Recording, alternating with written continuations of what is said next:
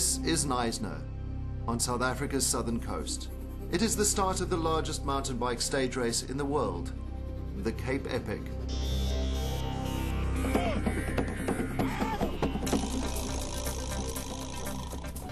Eight days, close on 1,000 punishing off-road kilometers, a vertical climb twice the height of Everest.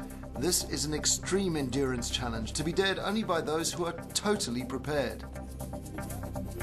A 43 nations lineup of over 1,000 riders. Albert Retief and his teammate Alan Cotton are here for the third time.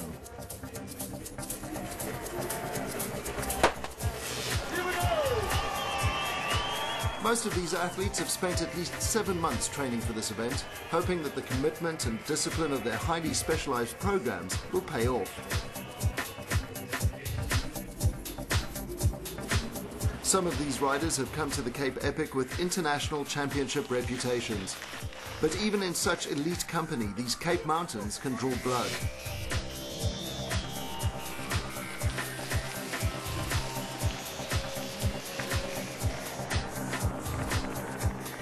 This race is Albert and Alan's personal Everest.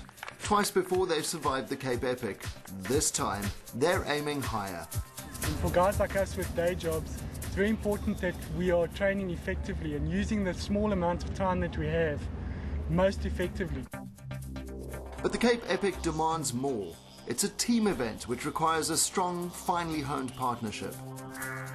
For Albert and Alan, this was one of the biggest challenges. While Albert lives and trains in South Africa's Highveld, Alan lives on the coast 1,500 kilometers away. He trains at sea level. Because we don't have the luxury of a training coach, the technology's allowed us to have a virtual coach, if you can call it that, which guides us and keeps us on track and makes sure that we're doing the right things. Using heart rate based training in conjunction with technology as in computers and so on allows you to analyze your training data on a daily basis. To face the Cape Epic once more, Albert and Alan had to find a way around the handicap of their radically different training environments. Somehow they had to synchronize their training. And with thousands of kilometers separating them, they had to do it by remote. They turned to the latest technology. They found their solution in the seamless synergy between Intel Core 2 Duo wireless capability and the Polar heart rate-based training monitoring system. The fact that they can now share information of each training session, even though they're at opposite ends of the country, is the breakthrough. Heart rate monitoring has become a crucial component of athletic training. Now Albert and Alan have an electronic interface which takes this technology even further, which makes it usable in the real circumstances in which they train.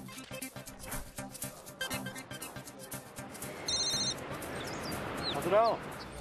I just sent you the details of today's session. Oh, cool. Did you have a session? I'm just finishing mine, and I'm gonna send it through now. Okay, we'll talk later. Okay, bye. With the new software which we've just been trialing running on an Intel PC, I've noticed that it's a lot faster than my PC that I'm using. Halfway in, the unforgiving Cape Epic is taking its toll. Climbs were brutal. It is now that their training programs will show how good they are, or reveal their cracks.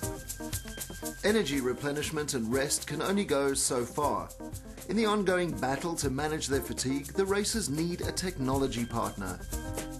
Intel's Data Hub is set up at every stage for the benefit of top athletes who know the value of continued monitoring of their performance. With multi-day extreme sports events, in-race data becomes a vital tool in managing every stage of the race.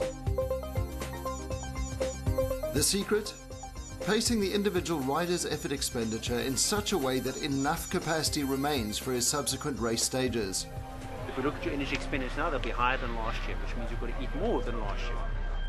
For Albert and Alan, Intel was an indispensable training partner. Now, during the race, they still rely on Intel's interface with the Polar system.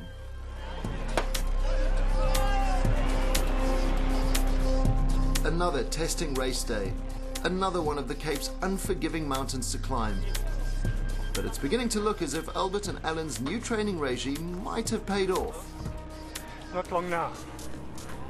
Just got to push on through. With this final push to the finish at Somerset West, it is the moment of truth for our team and their Intel partner. This amateur team desperately wanted to better their personal best. Despite enormous obstacles, they did, with a radically improved performance. The Epic was an unachievable challenge initially. We thought it's something that we couldn't do. And the way that we realized that we could do it is that we looked at our training and how we would have to prepare for it. And we realized that if we can do that training, we will be able to complete it. Technology enabled these athletes to compete in a grueling race and complete it successfully. It's not about what Intel make, but what we make possible. At the leading edge of competitive sports, athletes are continually demanding more, not only of themselves, but of the technologies that support them. They need more speed, more accessibility, greater mobility. In the race for improved performance, Intel is always there, in front, matching needs and solutions, optimizing applications, empowering its users. Good work! Oh, good one now. Intel makes it possible.